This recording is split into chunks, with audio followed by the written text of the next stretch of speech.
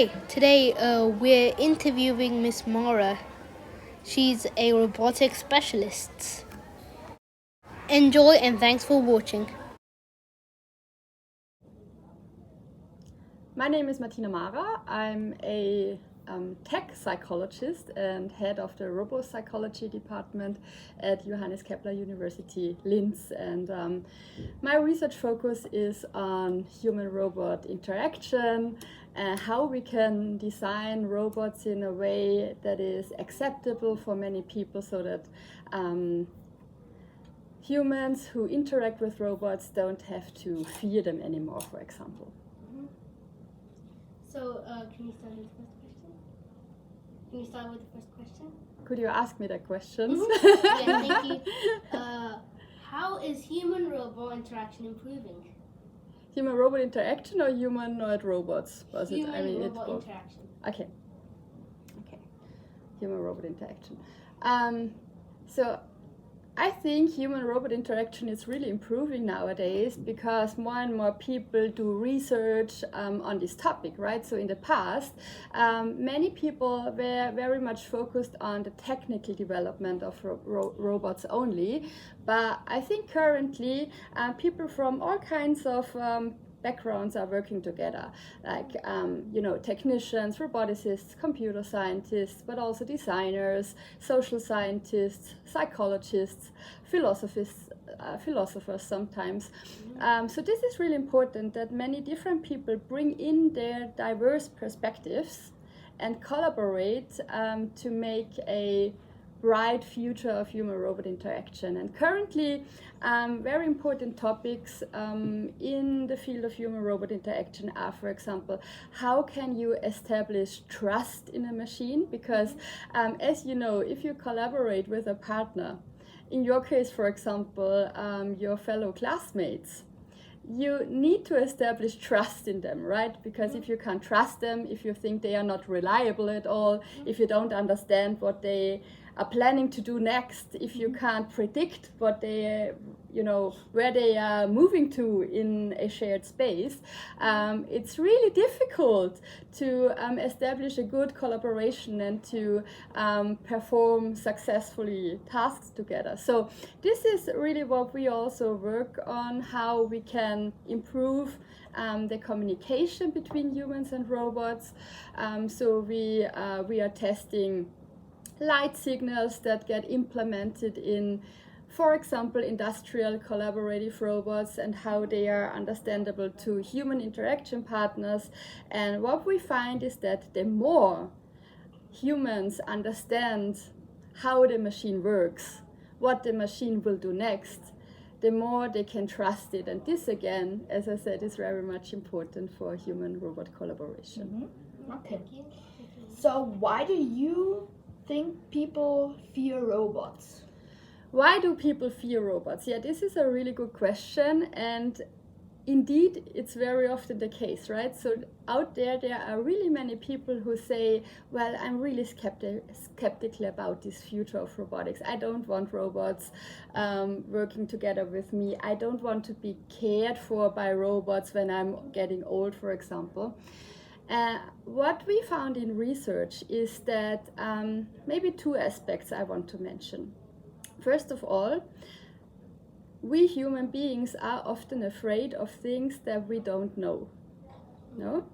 So if we don't have any experience with a certain interaction partner, if we don't have any experience with a certain situation, we might get a bit anxious. So this is the case with new technologies as well, because many people haven't actually interacted with a real physical robot in their life. Maybe with a cleaning robot, maybe with a mowing robot in their garden, but not with a larger autonomous mobile machine, not with a robot arm, maybe not with a social robot. So this is definitely one important aspect. So we probably need to improve public education about what robotics actually is, what robots can actually do. The other thing is that many people are quite afraid of getting replaced by robots. So this is what we also hear a lot in our research, when we interview people, when we talk to people. Many people say, well, I don't want to have anything to do with robots or artificial intelligence because they are getting so human-like. I fear that they become much more like me, and then they could maybe replace me in my work life, but maybe also in my personal life. I don't want a future where humans only make friendships with robots or things like that. So this is what many people fear, that robots become totally human-like and then replace us humans. But the technical status quo is saying us that this is really not the case. So robots are just something completely different from human beings, right? So just because the media, just because science fiction movies, for example, present robots to us that look and behave really human-like and might be able to replace people, there are no such robots in reality, right? So robots that we currently see in practice are mostly really specialized in very specific tasks, like, for example, industrial robots that can do pick and place tasks with little objects, or cleaning robots, or transportation platforms, which are also robots, or maybe drones.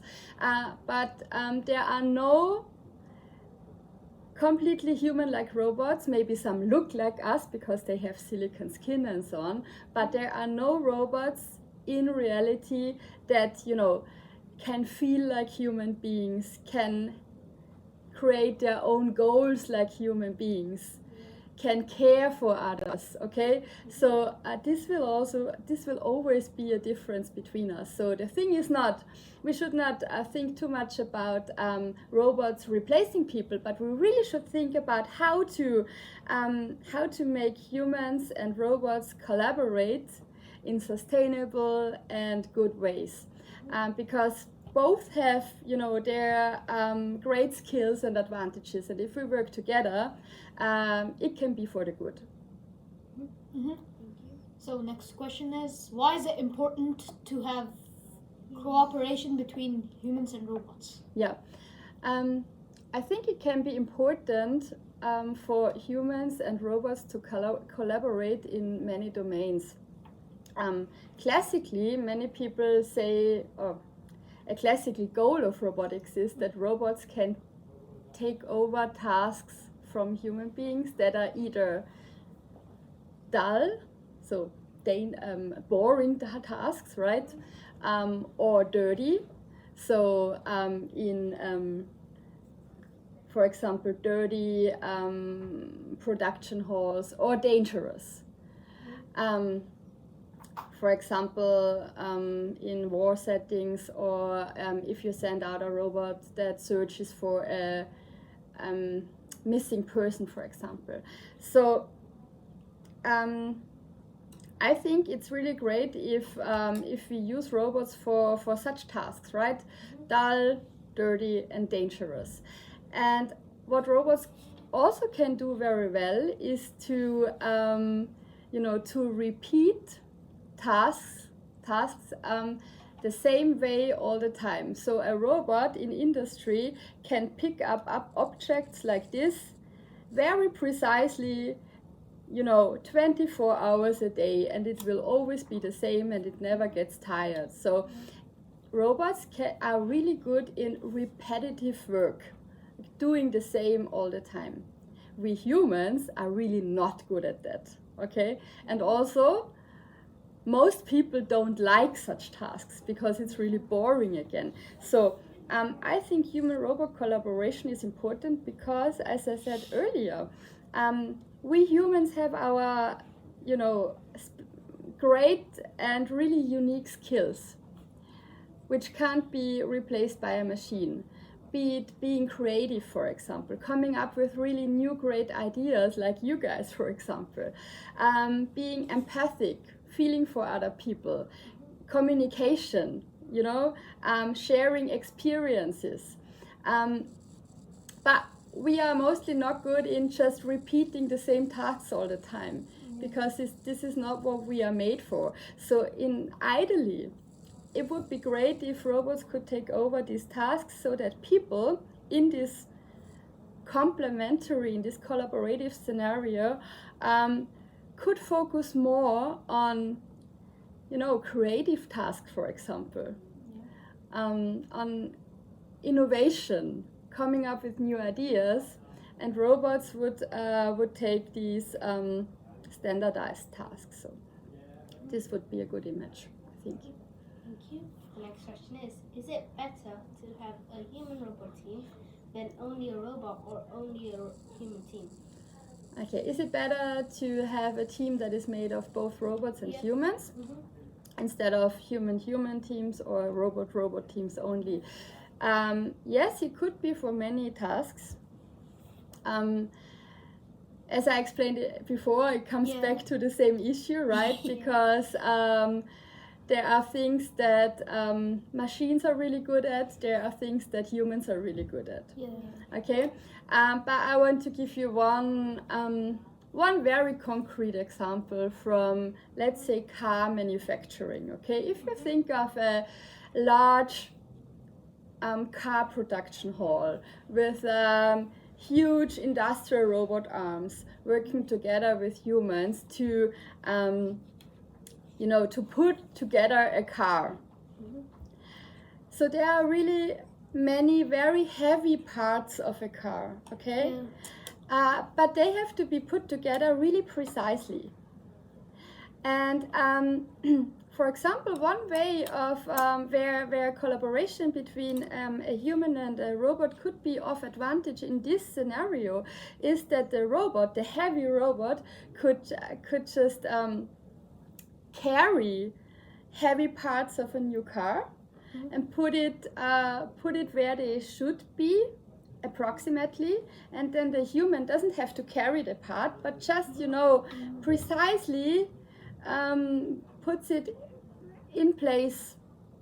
So this can be one way of human-robot collaboration in the industry, for example. So next question is, are robots getting the full potential? So you ask, are robots getting to their full potential? So my question back to you guys would be, what is the full potential of robots? So what is that? What do you think of? And many people think of different things, but I think that the potential of robots should be that, as I said before, that they kind of free us from tasks that are, dangerous or boring, that don't make sense for human beings, that humans don't enjoy to perform, for example. So I think it would be great to reach at this potential, and also, I think currently many robots that we see in research are still not on the market. They are still not used in practice. So probably, there's much more potential because we have so many robotic prototypes in research which should be used in the future also in practice. For example, you met Chimera, this mobile collaborative robot that was created by Ioneum Robotics in Klagenfurt. And still, it's actually just a prototype. But it should be able to be used in practice in a few years. It should work together very flexibly in shared spaces with humans. So it should move along with humans in the same space, but it's still not the case. So of course there is still a lot of potential, and there are many ideas and research results that are not yet applied in practice, so there's still huge potential, of course. Yeah, Chimera deserves to be she's a nice robot. Chimera deserves to be used in practice, and you say she's a nice robot, so this is really nice because robots actually don't have any gender, but you think of her as a female machine. Okay, next question. Do you think robots will be successful in the future? Yes, I definitely think that robots will be successful in the future and that we will see more robots in our daily lives, like both in our professional environments and also in our personal environments in the future. Because there are so many ideas, because there are so many prototypes, and many, both researchers and companies are currently working on new robotic products, right? So I think we're gonna see more robots in our personal lives as they might deliver Like products to us, Amazon is like doing in America. delivery drones maybe, or maybe small mobile transportation robots that bring stuff directly to our front door, maybe things like this. We also see a trend in healthcare, for example, that mobile robots, transportation platforms are used in care homes or even in hospitals to transport things from the cellar to the patient's room, maybe, so that the human employees don't have to spend too much time on bringing, stuff from this to the other location, so robots can help there. I think what is really important to unfold the potential of robotics in the future is that robots should be created in sustainable ways, so both socially and environmentally. I think this is really important. So of course, heavy machines, autonomous machines, any machine needs power, right? So we really have to think of energy efficiency in this realm as well. So we have to think of how to make robots more efficient than today so that they don't use too much energy. And of course, there are many researchers who really work on these issues. Also, we should think more of human-robot interaction, right? Yeah. So how a robot should be designed so that people are willing to use it in their daily life, are willing to collaborate with it. And what we have seen in research is that probably to increase acceptance of robots in society, they maybe should not look completely like human beings. Yeah. Because for many people this is quite creepy, right? So many people are really scared out by robots who look like real people. So from a research perspective, I think there's not that much reason to create human-like robots. So I think we should focus more on robots that look like robots, that are, recognizable easily as machines. Yeah. And people don't get the idea that they are replaced by these machines because they just look differently and they do their things. They don't do these human things.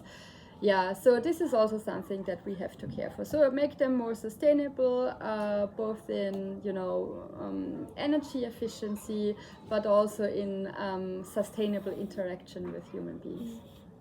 Last but not least, this is a kind of a strong question. You're late for. Oh, you're late for snack? This is the last but not least. This might be a strong question for some people. Why do you think we're brainwashed into thinking robots will take over the world? You're true. Many people think that robots or artificial intelligence will take over the world and become independent and, create their own ideas, intentions and goals. I think this is the case because we are really very much influenced by media, okay? So robots that take over the world, this is a concept that we have seen a lot in science fiction movies, for example.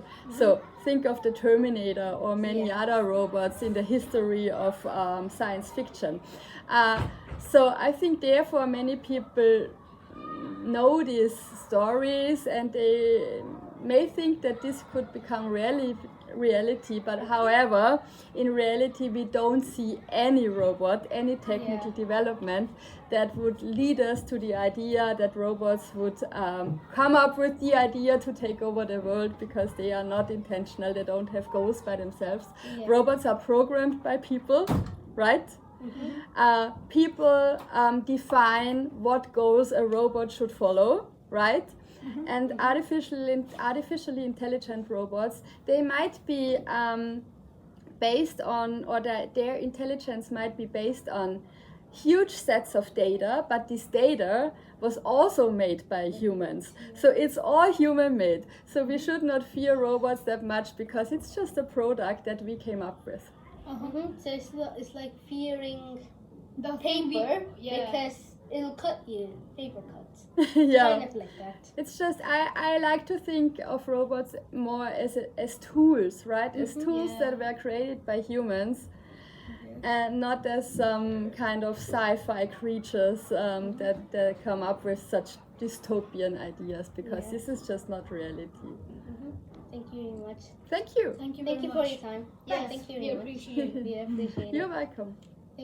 Thank you for watching. I hope you learned something, and stick around because this week we're going to do our face reveal. Thank you, and see you